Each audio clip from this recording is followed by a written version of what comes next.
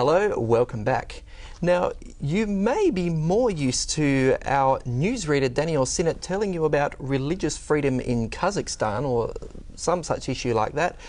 Well, the occasion of your moving to this My Story segment, Dannielle, is this book that you wrote. Your first book? My very first book, yes. Congratulations. Thank you. Every Heart's Cry, The Search for Unconditional Love and Emotional Connection in an Imperfect World. I read some of your story in the beginning, in the preface there. Can you outline that for us? Yeah. I guess, I didn't grow up as a Christian, so my journey, I guess, really was wrapped in disconnection. My parents split up when I was 2. Mm-hmm. My mum and I went to live with my grandparents, and they both remarried by the time I was 4. At about 6, my dad just cut contact and I didn't see him again. My stepdad, who I got along with quite well up until that time, became very emotionally and sometimes physically violent. I remember being sworn at, called the equivalent of a prostitute, and having my head slammed into the wall, those kinds of things. And so my life growing up was very disconnected. As a result of that abuse, my mum actually sank into a very deep clinical depression, was hospitalised for some time, and couldn't show me any affection. I remember at one point trying to hug her on the couch, and her, not even being able to cope with that. It's actually quite normal, isn't it, for someone in a vulnerable position like that to disconnect, to completely emotionally withdraw. Yeah. I think it's survival, Kent, and I think the danger in that is that as a child, you don't understand why significant people in your life turn against you, or when they withdraw. A little child interprets that as rejection or abandonment, or not being loved. Are there other strategies you think people use to disconnect or escape? I mean, substance abuse comes to mind, alcohol or other drugs. Yeah, absolutely. I think that the danger in the disconnection too, Kent, is not just the escaping into, whatever. I mean, our whole world's disconnected. We get on Facebook, and that's really a disconnected connecting. We get into addictions, we get into withdrawing if we've been hurt. We don't want to be hurt, so we withdraw from connecting on a deeper level. And it's not what we're called to do. But the danger in all of that is the generational stuff. What am I setting up in my disconnection for the next generation? As in when you're parenting your own kids? Is that what absolutely. You're saying? And unfortunately, when I grew up and I had some things to deal with, I had also learnt to disconnect as a child during the abuse, and I'd watched my mother do that, and it's what I knew how to do. So, guess what? I hit a breakdown in my early ministry, actually. And I did the same thing. I shut down, and then my kids had to deal with that. And I came to a point where I had to make a choice. I had a friend of mine who was brave enough to carefront me and bring the issue to my attention. Carefront you? Carefront. Is it like confronting with care? Yeah, absolutely.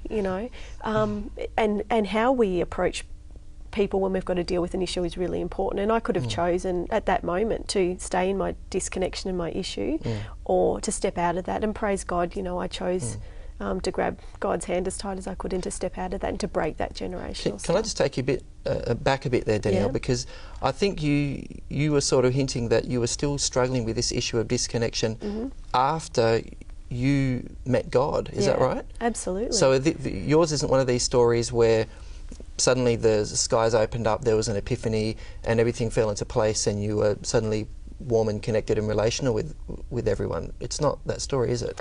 Well, yes and no. Like, it definitely was. I certainly had a conversion experience, and I did all of that stuff, and I learnt to forgive my stepdad and my mum, and we have a wonderful relationship now. I just love my mum to bits. And those are important first steps. Forgiveness. Yeah. It's huge. It's not just huge, it's integral. You cannot heal without forgiveness.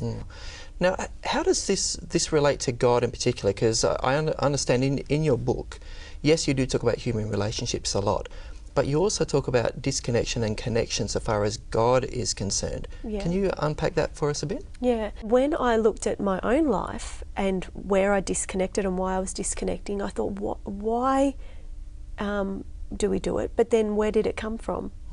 And I found that it actually began in Eden. Right. And the very first disconnect that we had was, of course, at the fall with Lucifer. Because before that time, of course, the cool of the evening, God would come and walk with Adam and Eve, and They were in a relationship, okay, but With obviously God something and each other. happened when sin entered, yeah, okay. That's right. And you know, when we chose to, I guess, in essence, follow Satan instead of God, and we chose not to believe God over Satan, our relationship was severed. And I thought about that in the spiritual context. You know, our relationships were severed, our relationship with God and our relationship with one another. And all down through the generations, we've had that pattern of disconnection. You know, our relationships were never the same since Eden, and really we actually are grieving that. But God promises reconnection, doesn't He? He does promise reconnection. There's that language of reconciliation, or even adoption, or our marriage ceremony, you know. Yeah. These relational metaphors are used all the time in the Bible. Oh, absolutely. You know, by this you'll know that you are my disciples, that you love one another, carry one another's burdens, as in fact you were doing. When Jesus came and reconciled us on the cross to Him and to one another, when He forgave us, He called us to connect. He called us to connect with one another. He called us to connect with God. And His future for us is total reconnection in heaven, that restoration of Eden, if you will.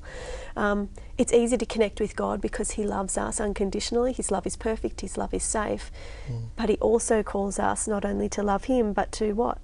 Love one another. And that's where the connection comes in. Yeah, absolutely. Yeah. And so the book also talks about, how do we do that? How do we trust when we've been hurt? Why is forgiveness important? Yeah. We're out of time, Dannielle. I can't believe how fast it's gone. Where can people pick up this book? Yeah, they can go to my website, braveenough.org. Okay. All right, there you go. You can check out that website.